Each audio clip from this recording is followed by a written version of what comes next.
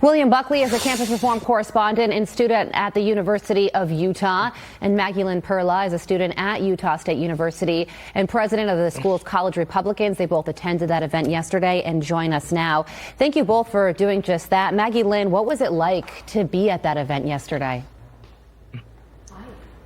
Thanks, Carly. I'm super excited to be here this morning. This event was amazing. It was awesome. It was super electric.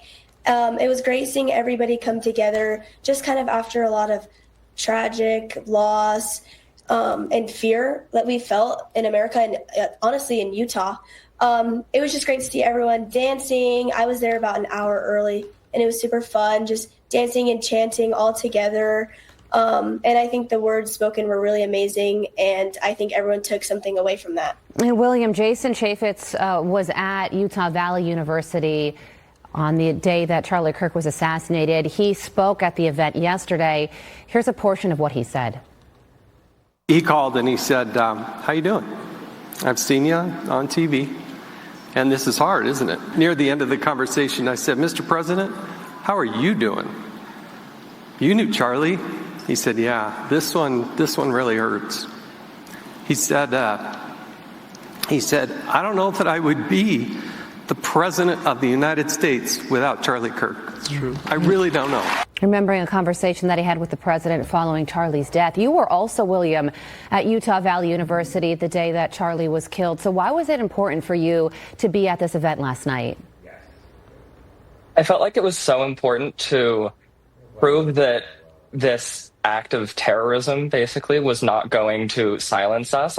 We also wanted to support all of our colleagues at Utah State and prove that we can still have these events despite this situation where someone did something terrible. Maggie, we heard that fire in the hole sound. There was a security scare on campus with a fear over a bomb. It turned out not to be an explosive device, thank God. Did you hear that? How did you feel about security yesterday? What were the security measures like? I did not hear. I was not on campus during that time.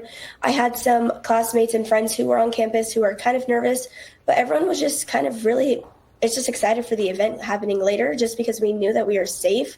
There were so many safety measures taken on campus that day and lining up into the event. We all just felt really safe. So it honestly didn't set us back at all. That's great. And it sounds like a celebration. And just looking at the images, there were so many young people there. And William, there just seems to be so much energy around the young conservative movement, particularly among young men. I mean, they say the political pendulum always swings, but what do you think? Do you think that this is a lasting trend among your generation? I certainly hope so. I feel like a lot of the young men that I've spoken to have almost become more stronger in their beliefs because of this, and we've started speaking out more. I know I was very quiet about my political beliefs until this event, and now I see that there's no reason to be quiet, and I think a lot of young men in my generation can agree with that. Well, William, Maggie, you're both young, politically minded, very smart. We thank you both so much for joining us this morning with a recap. Big things in store for you both. William, Maggie, we appreciate you joining us. Okay, let's bring in two young men who were there last night. Caleb Chilcutt is Utah Valley University Turning Point USA president. He was even invited on the stage with Alex Clark last night. And William Buckley is a campus reform correspondent. Welcome to both of you. Caleb, I'll start with you first. What did that mean to you to be up on that stage?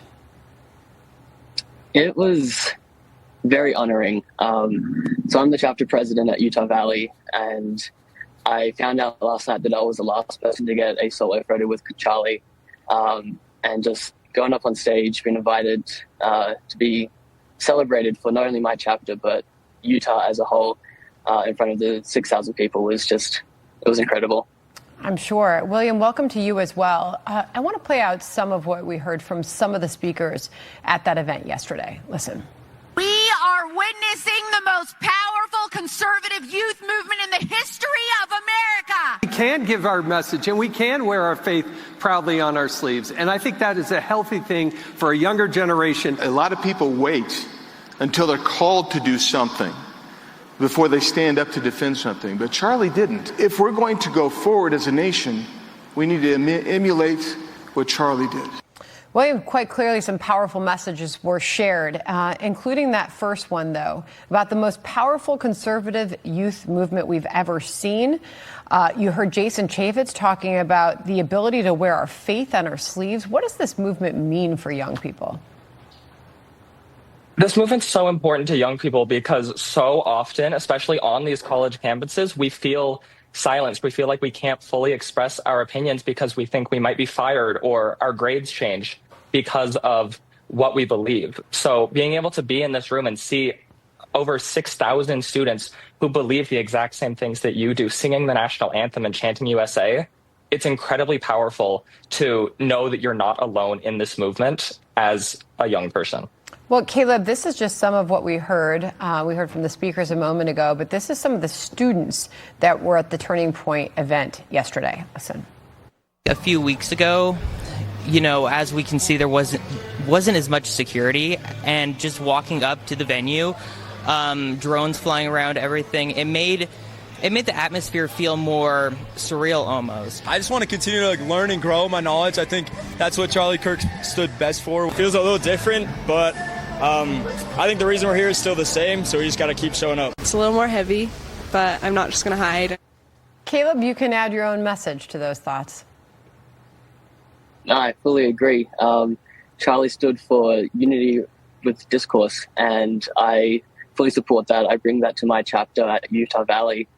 We want to hear everyone's opinions, just like what Charlie said. The violence only begins when the conversation ends, and I'm trying everything I can to let that conversation continue. William, real quick final thought from you as well. Yeah, I totally agree with what Caleb just said. Like Charlie said, once conversation stops, that's where violence comes out. And we need to carry on Charlie's legacy. Every single one of us need to help pick up his mic and carry on his legacy so that violence does not continue. We need to have conversations with people who may disagree with us. A pleasure to meet both of you and have you on today. Thank you so much. Thank you. Thank you. All right, John.